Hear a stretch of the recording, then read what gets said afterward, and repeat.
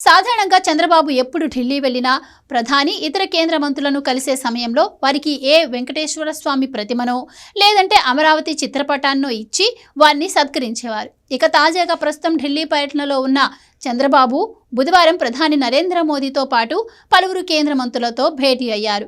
ఈ సందర్భంగా విడుదలైన ఫోటోల్లో చంద్రబాబు తాను కలిసిన ప్రముఖులకు అందంగా తీర్చిదిద్దిన 2 ప్యాకెట్లను ఇస్తూ కనిపించారు. ఆ ప్యాకెట్లు ఏంటా అని అందరూ ఆసక్తిగా గమనించారు. తాజాగా ఆ బాక్సులు ఏంటన్నది తేలిపోయింది. అవన్నీ అరకు కాఫీ పొడితో నిండిన అందమైన ప్యాకేజీతో కూడిన ప్యాకెట్లంట. అంటే తన సతీమణి చెప్పినట్లుగా అరకు కాఫీని చంద్రబాబు దేశంలోని అన్ని ప్రాంతాల ప్రముఖులకు చేరేలా ఈ ప్యాకెట్ల బహుమతులను ఎంచుకున్నారట.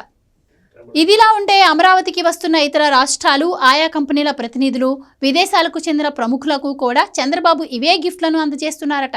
ఇటీవలే జపాన్కు చెందిన ప్రతినిధి బృందం అమరావతి పర్యటనకు వచ్చిన సంగతి తెలిసిందే. ఈ సందర్భంగా వారంతా చంద్రబాబుతో ప్రత్యేకంగా సమావేశమయ్యారు.